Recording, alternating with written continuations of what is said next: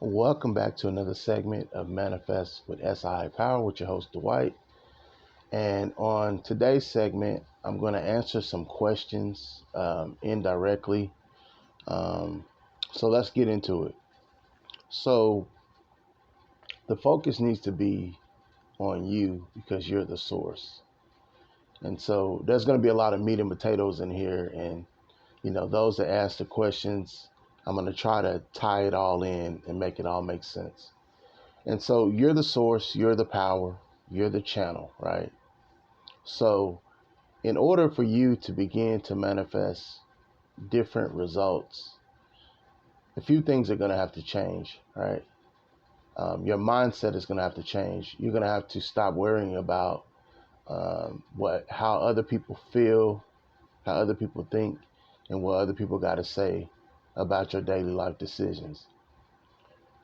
Those people can't run their own lives, so why would you let them ruin your life?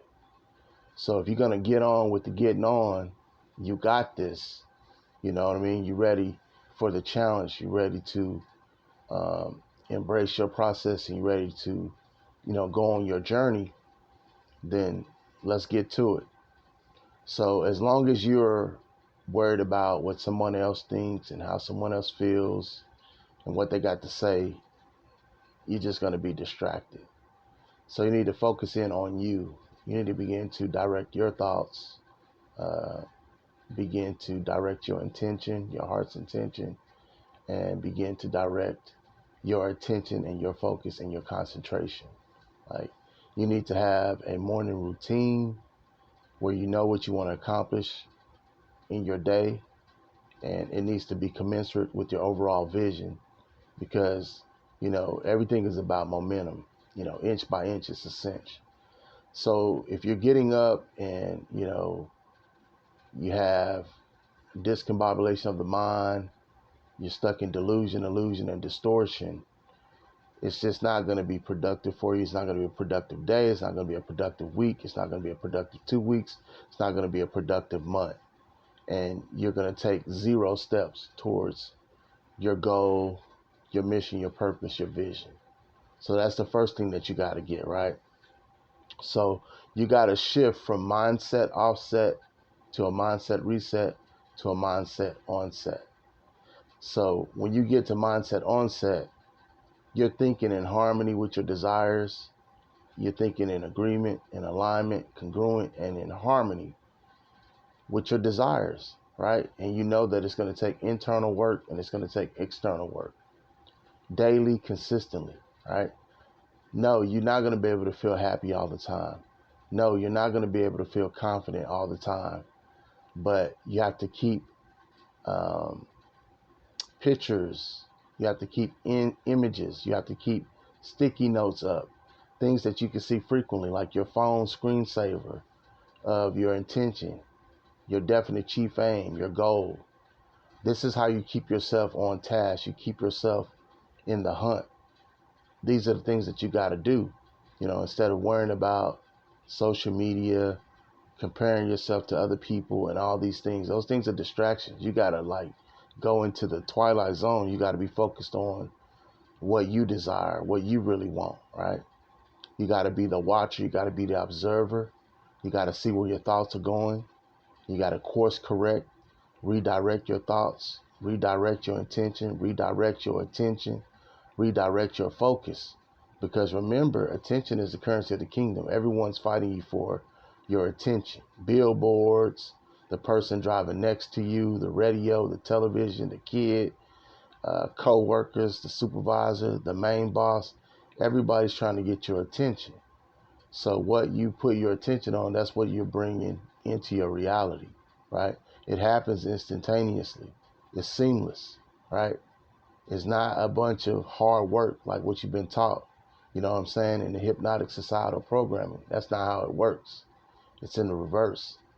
So you alone are the only one that can think for you, that can feel for you, that can emotionalize for you, that can tell the story of your mental diet for you, that can perceive for you, that can establish the disciplines to form the proper habits and exhibit the right behaviors, have the right expectations and take the right actions to eventually get the results that you desire. This is the way it works, right? So the mindset, what are your thought impulses? What are your thinking patterns? And what are your thought processes? These are the things that you have to daily, throughout the day, reevaluate. See where your attention goes. These are the things that you must do. These are a requirement, right? These are a prerequisite if you're going to get on to attaining, and achieving at a higher level. You got to be focused. All right. So the next thing is you're going to have to start watching what you're saying with your words. Remember, because words are spells, right? Is it a good spell or the gospel, right? Good news, or is it a bad spell, right? We are human beings are word control. Human beings are word control. Human beings are word control.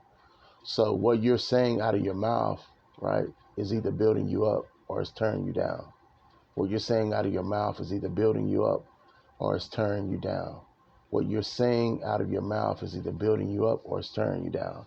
The scriptures say the power of life and death is in the tongue, right? Proverbs 18:21, and then Proverbs 6:23. No, I forgot. Somewhere in 6, it says, by your words you're justified, and by your words you're condemned. Forgive me for if I've quoted the wrong scripture, but it's in there. Proverbs chapter 6. So your words are important.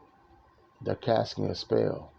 So are you building yourself up or are you tearing yourself down? Are you building yourself up or are you tearing yourself down? Are you building yourself up or are you tearing yourself down? Are you speaking life or are you speaking death? Are you speaking life or are you speaking death? Are you speaking life or are you speaking death? Even in John 6:63, Jesus said that words are spirit.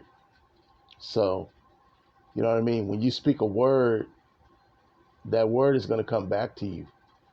This is why you shouldn't wish bad on anyone. Because if you wish bad on anyone, you're wishing bad on yourself. It's going to boomerang and come back to you. That's $1 million worth of game right there. All right? So you should wish all people farewell, wish them goodwill, wish them blessing, wish them prosperity, wish them divine health, right? Because it's you versus you. You're not competing with anybody else. It's you versus you. You're not competing with anybody else. It's you versus you. You're trying to save yourself from your own self, right? Because you're your own worst critic. All right.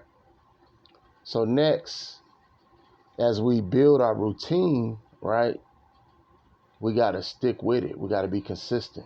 We got to build the repetition. Repetition is the cadence of the universe. Think about anything that anyone's successful at. They do it often. You know what I mean? You can even just look at your own routine. You brush your teeth, you wash your face, you take a bath. Before you go in the refrigerator, you wash your hands. So